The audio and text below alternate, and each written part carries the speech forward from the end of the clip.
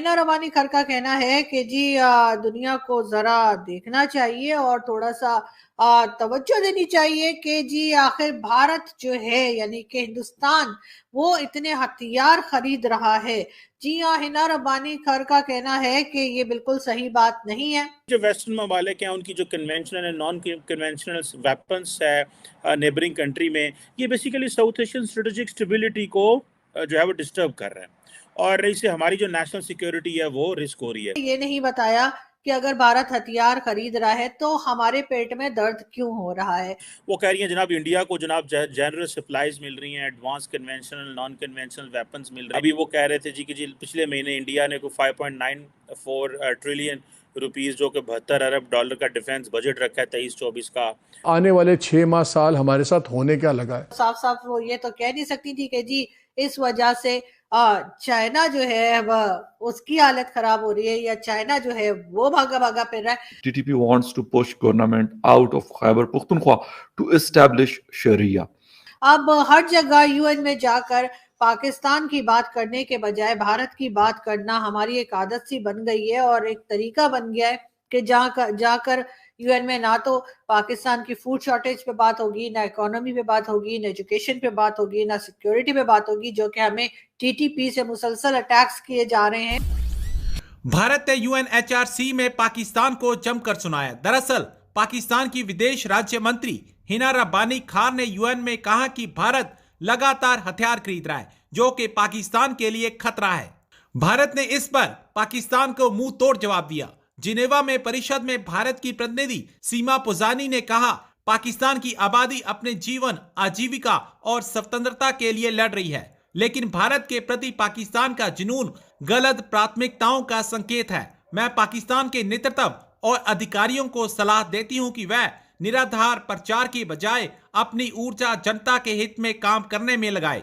सीमा पुजानी ने कहा, पाकिस्तान के प्रतिनिधि ने एक बार फिर भारत के खिलाफ अपने झूठे प्रचार के लिए इस मंच का दुरुपयोग किया है। भारतीय राजनयिक ने पाकिस्तान को आतंकवाद फैलाने वाला देश बताया। उन्होंने कहा, पाकिस्तान ने हमेशा ही आतंकियों को संरक्षण दिया है। आतंकी हाफिज सईद और आतंकी मसूद अजहर का वर्षों से पालन पोषण किया जा रहा है। हिना रब्बानी खर, जी हाँ, हिना रब्बानी खर जो कि minister of state for foreign affairs हैं। हिना रब्बानी खर का कहना है कि जी दुनिया को जरा देखना चाहिए और थोड़ा सा तवज्जो देनी चाहिए कि जी आखिर भारत जो है यानी कि हिंदुस्तान वो इतने हथियार खरीद रहा है।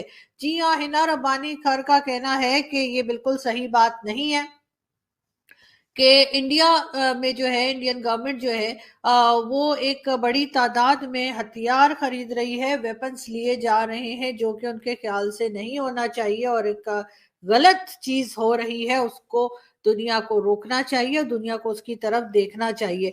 मैं आपको ये भी बता दूं कि जी कहा ये गया है कि 72.6 बिलियन डॉलर्स के जो है वो तकरीबन इतनी ही अमाउंट जो है वो बताई गई है जो कि इंडिया स्पेंड कर रहा है हथियार खरीदने में।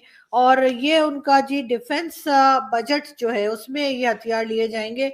2023 से 2024 का ये बजट है फाइनेंशियल ईयर, उसमें ये जो वेपन्स हैं वो खरीदे जाएंगे। और हिना रब्बानी खर का कहना है कि जी ऐसा नहीं होना चाहिए। खैर, अब हर जगह यूएन में जाकर पाकिस्तान की बात करने के बजाय भारत की बात करना हमारी एक आदत सी बन गई है और एक तरीका बन गया है कि जाकर यूएन में ना तो पाकिस्तान की फूड शॉर्टेज पे बात होगी, ना इकोनॉमी पे बात होगी, ना एजुकेशन पे बात होगी, ना सिक्योरिटी पे बात होगी, जो कि हमें टीटीपी से मुसलसल अटैक्स किए जा रहे हैं। और जो पाक अफगान बॉर्डर पे जिस तरह के खतरात हैं उसको छोड़कर बात की जाती है, भारत की बात की जाती है। बार बार हम इंडिया को घसीट के किसी ना किसी तरीके से ले आते हैं, लेकिन हिना रब्बानी खान ने ये नहीं बताया कि अगर भारत हथियार खरीद रहा है तो हमारे पेट में दर्द क्यों हो रहा है। नहीं, इसकी वजह हरगिज ये नहीं है कि ये समझा जाए कि इस रीजन में जो है वो डिसबैलेंस हो जाएंगी सारी कंट्रीज और जी भारत ने हथियार ले लिया तो पाकिस्तान को कोई खतरा है।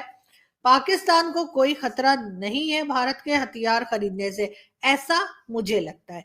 तो फिर खतरा किसको है, ये बात सोचिए। जी हाँ, भारत से खतरा है चाइना को।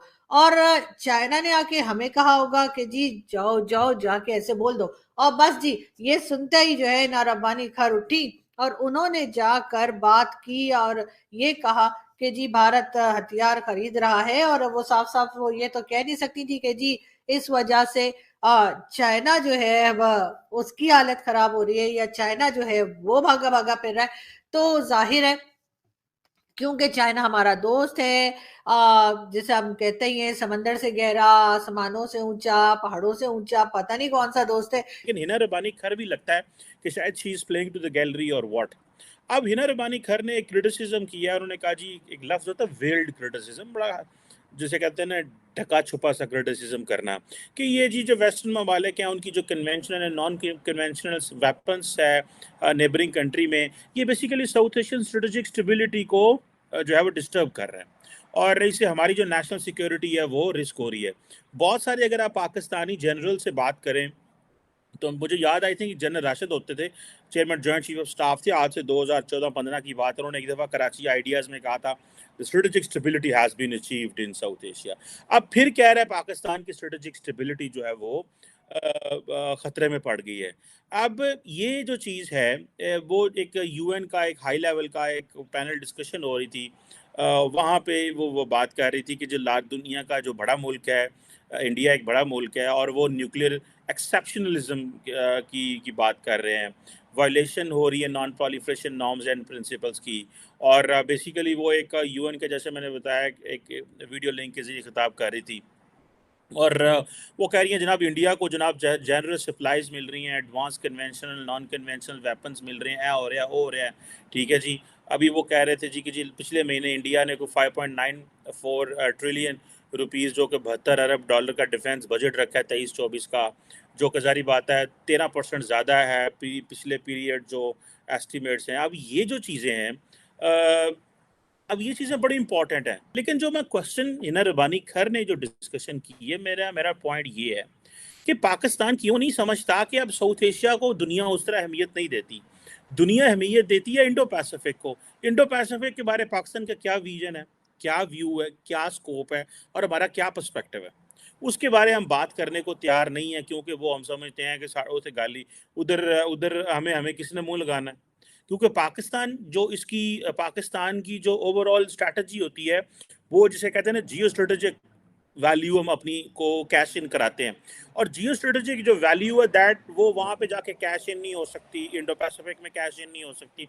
सो हम क्या कर रहे हैं, हम सारा टाइम यही कर रहे हैं जनाब, देखें साउथ एशिया में स्ट्रेटेजिक स्टेबिलिटी जो है वो डेंजर में है। अगर साउथ एशिया में स्ट्रेटेजिक स्टेबिलिटी डेंजर में होती तो दुनिया की ज़रूर अटेंशन यहाँ पे होती।